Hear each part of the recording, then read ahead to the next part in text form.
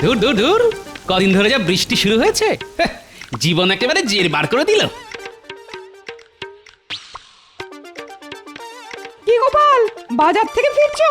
হাতে বাজারের থলি নিয়ে আর কোথা থেকে ফিরবো বলুন তো? তা কি কিনলে বাজার থেকে? বোঝো এবার, এরপর হাজার প্রশ্ন করবে। হ্যাঁ, ওই কিছুটা শাক পাতা আর কটা কই মাছ। ভালো ভালো, তা কই মাছ দিয়ে তেল কই হবে নিশ্চয়ই।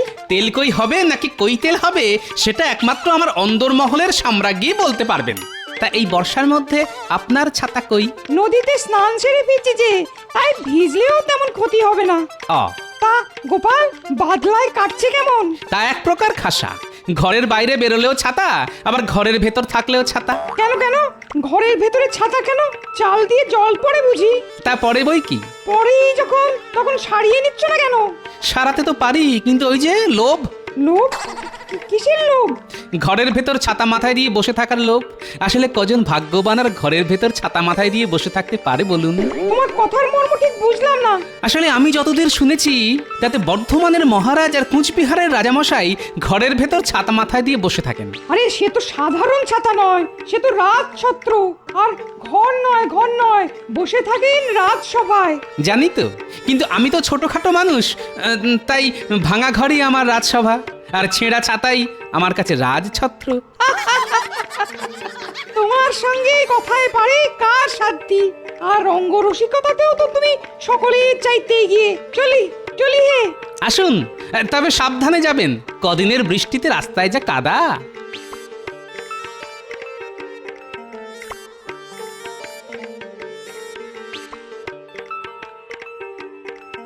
গোপাল দাদা, ও গোপাল দাদা, মহারাজ ডেকে পাঠিয়েছেন। এই বৃষ্টির মধ্যে মহারাজের ডাক কেন? কি হলো কি আবার? সে আমি বলতে পারবো না, মহারাজ শুধু বললেন খুব তাড়াতাড়ি যেতে। ও হ্যাঁ, খাম্বাজরাজ এসেছেন। এই বৃষ্টি বাদলার মধ্যে খাম্বাজরাজ? আচ্ছা তুমি এগো, আমি বাড়িতে বাজারের থলিটা ফেলে দিয়েই আসছি।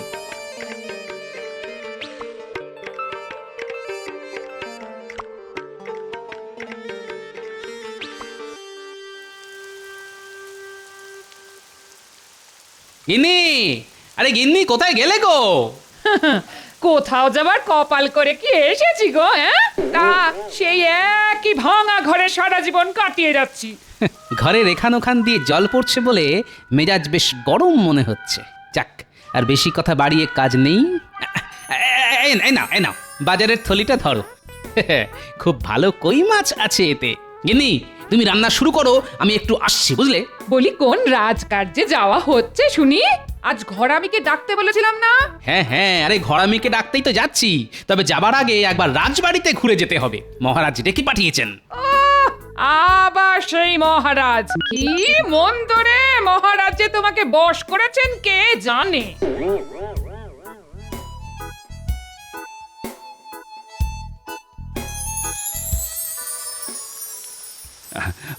আপনার পিতৃবিয়োগের খবর পেয়ে না খুবই মর্মাহত হয়েছি আমি। তবে কি আর করবেন বলুন, কেউ তো চিরকাল আর বাঁচে না। আসলে অনেক বয়স হয়ে গেলেও আমার বাবা বেশ শক্ত সমর্থই ছিলেন। হঠাৎ কি যে হলো, দুদিনের জ্বরেই সব শেষ। মহারাজ, আমাদের আর বেশি দেরি করা ঠিক হবে না। বৃষ্টিটা বাড়ছে, তাই যা বলতে এসেছেন সেটা বলে দিন। ও হ্যাঁ, বলছি। এসো এসো গোপাল। গোপালও এসে গেছে, ভালো। হ্যাঁ, আপনি আসাতে আমি ওকে খবর পাঠিয়েছিলাম। আসলে মহারাজ কৃষ্ণচন্দ্র, কদিন বাদেই তো বাবার শ্রাদ্ধের অনুষ্ঠান, তাই আমি তোমার দ্বারস্থ হয়েছি। ওই দিন আমার বাড়ি এসে আমাকে পিতৃদায় থেকে মুক্ত করতে হবে তোমায়। হ্যাঁ, যাবো বই কি, নিশ্চয়ই যাব। তবে যা লাগাতার বর্ষা চলছে। ওসব কোনো কথা শুনবো না আমি, তোমাকে আসতেই হবে। গোপাল, তোমারও নিমন্ত্রণ রইলো, আসতে হবে কিন্তু। আসলে নিন্দুকেরা আড়ালে আবডালে বলে আমি নাকি মহারাজের ছায়া, তা মূর্তি গেলে ছায়া তো যাবেই। বেড়ে বলেছো তো গোপাল। তাহলে ওই কথাই রইলো, আগামী বুধবার শ্রাদ্ধ, ওই দিন তোমরা আসছো, কেমন? এ কি মন্ত্রী, তুমি এমন ঠিক করে হাসছো কেন? বারে, হাসবো না? এতদিন রাজা কৃষ্ণচন্দ্রের পাগড়ি ঢাকা মাথায় আমরা দেখে এসেছি, কিন্তু আজ পাগড়ি খোলা। আর দেখুন দেখুন মহারাজ, কৃষ্ণচন্দ্রের মাথায় পাকা চুল। হ্যাঁ, কই দেখি দেখি। তাই তো, কৃষ্ণচন্দ্র, এই বয়সে তোমার মাথায় পাকা চুল কেন? ইয়ে মানে আসলে রাজ্য চালানোর চিন্তা তো, মনে হয় ওই চিন্তাতেই চিন্তা? উহ, দেখো, রাজ্য আমিও চালাই, আর তোমার থেকে আমার বয়সও বেশি। কই, আমার মাথায় একটা চুলও তো এখনো পাকেনি। তা মহারাজ কৃষ্ণচন্দ্রের এইটুকু একটা রাজ্য চালাতে যদি চুলই পাকিয়ে ফেলতে হয়, তাহলে এক কাজ করুন না কেন, আপনার রাজ্য ভার আমাদের মহারাজের হাতে সঁপে দিয়ে আপনি বিশ্রাম নিন। না হলে যে দুদিনেই সব চুল সাদা হয়ে যাবে। হ্যাঁ, বেড়ে বলেছো মন্ত্রী। হ্যাঁ, এই জন্যই বলে স্বভাব যায় না মূলে। হ্যাঁ, বাবার শ্রাদ্ধে নেমন্তন্ন করতে এসেও মহারাজকে খোঁচা মারতে ছাড়ছে না। কৃষ্ণচন্দ্র, আমি তাহলে উঠছি। কি আর করবে বলো, গুরুজনের শ্রাদ্ধে তো আর পাগড়ি পরে যাওয়া যায় না, তাই পাকা চুল নিয়ে যেও। হ্যাঁ, আসছি আসছি তাহলে। তোমাকে আর আসতে হবে না, তোমাকে আর আসতে হবে না, বাকি পথ আমরা চলে যেতে পারবো। তুমি বরং তোমার মাথার পাকা চুলটা একটু সামলাও। হ্যাঁ,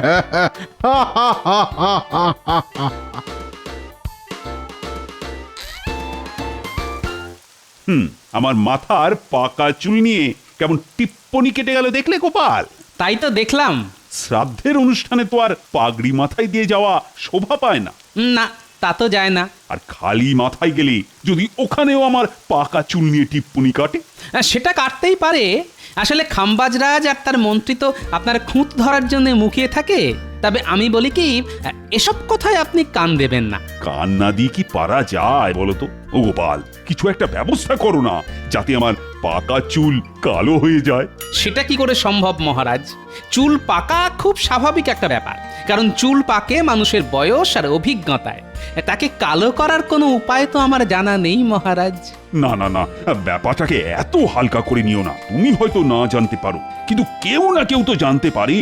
আজ রাজসভায় গিয়ে সকলের সাথে এ ব্যাপারে একটা আলোচনা করা দরকার। শোনো, আজ তোমাদের সাথে একটা বিষয় নিয়ে আলোচনা করতে চাই। আচ্ছা, পাকা চুলকে কালো করা যায় কিভাবে? পাকা চুলকে কালো? এ তো আচ্ছা ঝামেলা ভালো। না মহারাজ, আমার তেমন কিছু জানা নেই। কথায় কথায় ছড়া কাটা ছাড়া তোমার যে আর কিছু জানা নেই, সেটা আমার ভালো করে জানা আছে। হ্যাঁ, বিজ্ঞানী, তা তুমি কি কোনো আলোকপাত করতে পারো? মহারাজ, পাকা চুলকে কালো করা নিয়ে কোনো পরীক্ষা এ যাবৎ আমি করিনি, তবে আপনি বললে শুরু করতে পারি। তাহলে আজ থেকেই শুরু করে ফেলো নাকি? একটা কথা আগেই বলে রাখি মহারাজ, এই পরীক্ষার ফল পেতে কিন্তু বেশ কিছুদিন লেগে যাবে। সর্বনাশ, বেশ কিছুদিন? কিন্তু আমার যে খুব তাড়াতাড়ি চাই, মানে আগামী সোমমঙ্গলবারের মধ্যেই। ক্ষমা করবেন মহারাজ, এত তাড়াতাড়ি এসব পরীক্ষার ফল পাওয়া যায় না। হয়তো তাড়াতাড়ি করে কিছু একটা বানিয়ে দিলাম, কিন্তু তাতে করে যদি উল্টো ফল হয়, যদি মাথার সামান্য কটা পাকা চুল কালো না হয়ে মাথার সব চুল সাদা হয়ে যায় বা উঠে যায়, তাহলে? মহারাজ যে কেন পাকা চুল নিয়ে এত মাতামাতি করছেন কে জানে। আচ্ছা, আর কি কেউ জানো? ও মন্ত্রী, এই সুযোগে যদি কিছু একটা করে মহারাজের কাছ থেকে কিছু হাতিয়ে নেওয়া যায়। মহারাজ, এতক্ষণ ধরে আমি শুধু শুনে যাচ্ছিলাম আর মনে করার চেষ্টা করছিলাম। মনে করার চেষ্টা করছিল নাকি নতুন কোনো ভড়ং? কি মনে করার চেষ্টা করছিলে মন্ত্রী?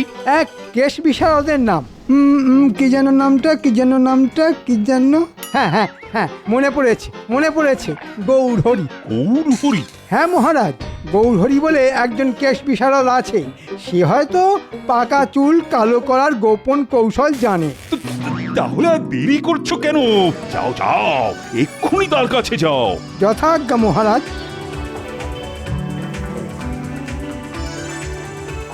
দেখলে তো গোপাল, পাকা চুল কালো করার উপায় আছে। আসলে তুমি না দিনে দিনে একটা অকর্মার ঢেঁকি হয়ে যাচ্ছ।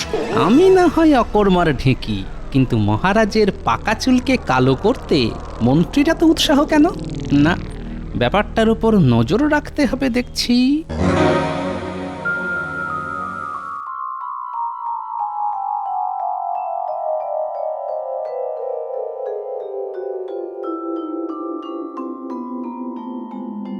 আলকাতরা লাগাচ্ছে না? এই তো পেয়ে গেছি। না, রাজসভা থেকে বেরোতে অনেক দেরি হয়ে গেল। বৃষ্টিটা এখন কমেছে। যাই, একবার পুঁটিদের বাড়ি থেকে ঘুরে আসি। ওদের বাড়ি ঘরামির কাজ হচ্ছে শুনেছি। দেখি যদি ঘরামিকে ধরে কয়ে আমার ঘরের চালাটা একটু সারিয়ে নেওয়া যায়, না হলে গিন্নি আর আস্ত রাখবে না। পুটির বাবা, ও পুটির বাবা, বলো গোপাল দাদা। তা তোমাদের বাড়ি ঘরামির কাজ আর কতদিন চলবে? বড় জোর আর 2-1 দিন। চালের কাজ হয়ে গেছে, এখন শুধু আলকাতরা লাগানোর কাজ বাকি। আচ্ছা, ঘরের নিচের দিকের অংশে আলকাতরা লাগাচ্ছ কেন? আসলে মাটির বাড়ি তো, জলের ঝাপটায় ঘরের তলার দিক ভিজে গিয়ে মাটি আলগা হয়ে যায়। হ্যাঁ, বুঝতে পেরেছি। আলকাতরা লাগালে ওই জলের ছাট মাটি আলগা করে দিতে পারবে না, তাই তো? ভালো ভালো, খুব ভালো। আমি এরকমটা করিয়ে নেবো, বুঝলে? ও ভাই, এই বাড়ির কাজ মিটলে আমার সাথে দেখা করো তো, আমার বাড়িতেও একটু কাজ আছে। ঠিক আছে গোপাল বাবু। আমার ঘরের কাজ মিটে গেলে আমি ওকে তোমার কাছে নিয়ে যাব। হ্যাঁ, খুব ভালো। আমি তাহলে চলি হে। তাহলে বুঝতে পারলি তোকে কি করতে হবে? খুব বুঝতে পেরেছি, তবে কি তবে? খুব বেশি না হলেও এ বিষয়ে আমার 3টে মাত্র প্রশ্ন আছে। প্রথম প্রশ্ন, কাজটা কি আমি একলাই করব, না ঘটা আমার সঙ্গে থাকবে? না, কোনো ঘট বা ঘটার সঙ্গে থাকবে না। ওই যে কথায় আছে না, অতি সন্ন্যাসীতে গাজন নষ্ট। তাই কাজটা তোকে একলাই করতে হবে। আমি অবশ্য তোর সঙ্গে থাকবো। ভালো ভালো। আমার দ্বিতীয় প্রশ্ন এবার করি। বলছি যে আলকাতরা কোথা থেকে পাবো? পুঁটিদের বাড়ি আলকাতরার কাজ হচ্ছে, ওখান থেকে চুরি করে নেব। খুব ভালো, খুব ভালো। চুরি করার ব্যাপারে আপনি তো আমাদের গুরুদেব। কিছু বললি? না না না, কিছু না। এবার আমার শেষ প্রশ্ন, এই কাজটায় আমি কত পাবো? সে নিয়ে তোকে ভাবতে হবে না, ভালো মতো দিয়ে তোকে পুষিয়ে দেব। যা, এখন বাড়ি যা, কাল সকালে আসিস। খুব ভালো, খুব ভালো।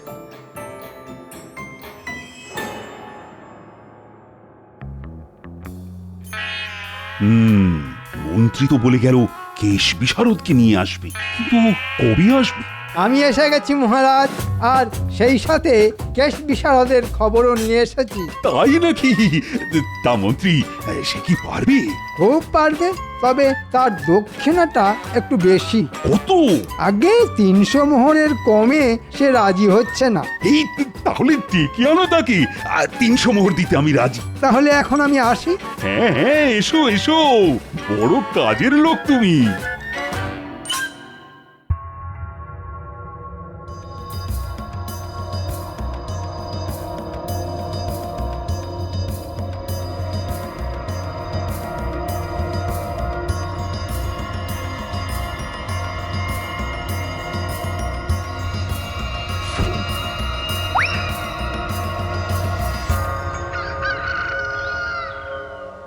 আরে কি হলো কি গিন্নি?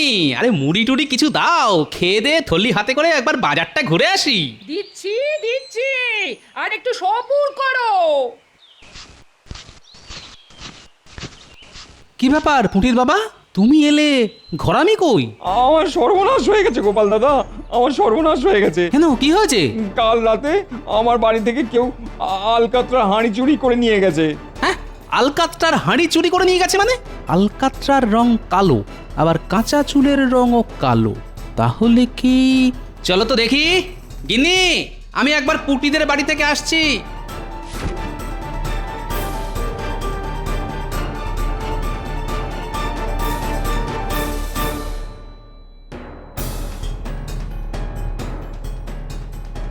আচ্ছা পুটির বাবা, কাল তোমাদের বাড়ি কেউ নাগরা পরে এসেছিল? না তো, আমাদের মতো গরিব মানুষদের ঘরে নাগরা জুতো পরে কে আর আসবে? তাহলে কি মন্ত্রী? ঠিক আছে, আমি আসছি।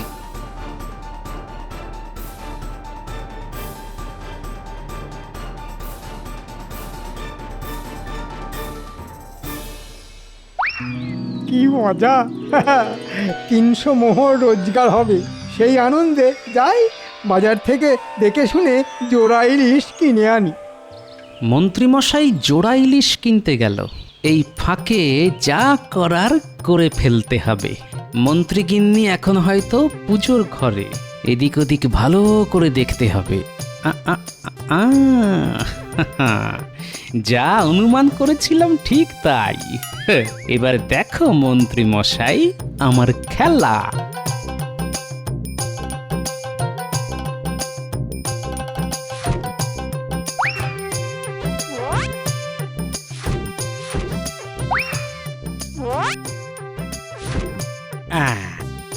যথাস্থানে হাঁড়ি রেখে দিয়ে গেলাম। নে, এবার যত পারিস মহারাজের মাথায় মাখা।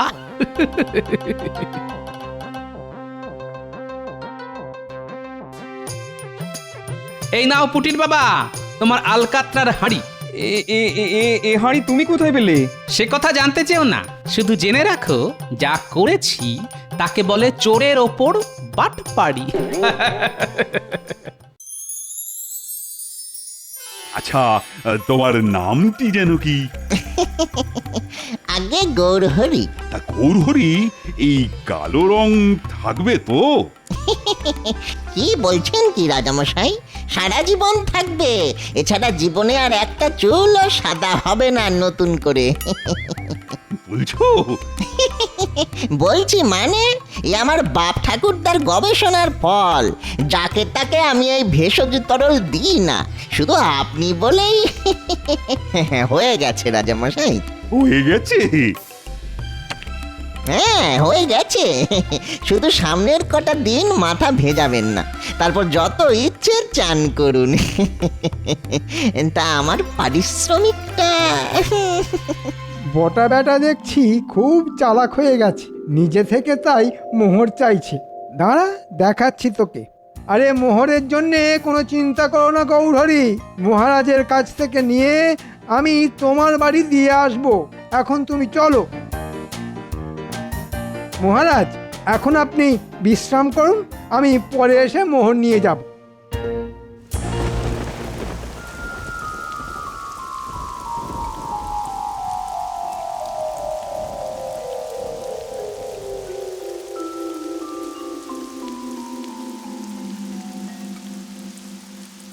কি আনন্দ, কি আনন্দ! আর যে একটাও পাকা চুল নেই। ভেতরে আসতে পারি মহারাজ? আরে আসবে বই কি, অবশ্যই আসবে। আর এসে নিজের চোখে দেখে যাও, মন্ত্রী রানা কেশ বিশারদ কি অসাধ্য সাধনটাই না করেছে। সত্যি গোপাল, তুমি না দিন দিন একটা অকর্মা ধাড়ি হয়ে যাচ্ছ। তা হয়তো হচ্ছি, তবে কাল খাম্বাজ রাজার বাড়ি যাবেন তো? আরে সে তো যাবই, আর তাকে গিয়ে এই কালো চুলও দেখিয়ে আসবো। কিন্তু যা বৃষ্টি! সে নিয়ে তোমায় চিন্তা করতে হবে না, আমি ঢাকনা দেওয়া রথে চড়েই যাব। যথা আজ্ঞা মহারাজ।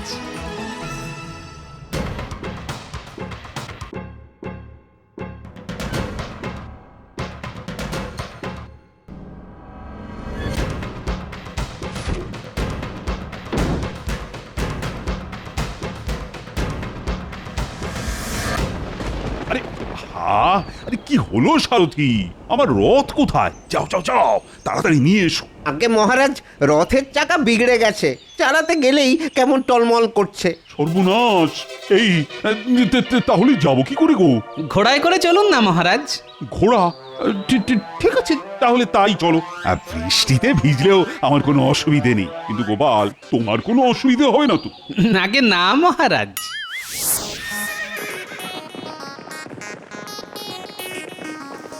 কি মুশকিল! এ তো ঝমঝমিয়ে বৃষ্টি নামলো। সামনের ওই গাছের তলায় গিয়ে দাঁড়াবেন, চলুন। বৃষ্টি কমলে আবার না হয় ঘোড়া ছোটাবো। এ কি মহারাজ, আপনার পোশাকে এত কালো রং এলো কোথা থেকে? এ বাবা, আইস, এ তো দেখছি মাথা থেকে গড়াচ্ছে। কই দেখি দেখি। হ্যাঁ হ্যাঁ, বেটা বেটা কেশ বিশারদ আমায় ঠকিয়েছে। এটা বলেছিল রং নাকি সারা জীবন থাকবে। সে হয়তো ঠিকই বলেছিল, কারণ সে তো মাখাতে এসেছিল আলকাতরা, যা একবার শুকিয়ে গেলে সারা জীবনে ওঠা মুশকিল। তবে তাতে করে আপনার চুলের যে 12টা বেজে যেত, তাই আমি আলকাতরার হাঁড়ি পাল্টে ভূষকালি রেখে দিয়েছিলাম মহারাজ। হ্যাঁ? মন্ত্রীর কেশ বিশারদ আমার মাথায় আলকাতরা মাখাতে চেয়েছিল। দাঁড়াও দাঁড়াও, মন্ত্রীকে ডেকে ওকে এমন শাস্তি দেব যে। মন্ত্রী? আরে ওটাই তো আসল নাটের গুরু। আর যতদূর মনে হয় কেশ বিশারদটি হচ্ছে গিয়ে ছদ্মবেশী বটা।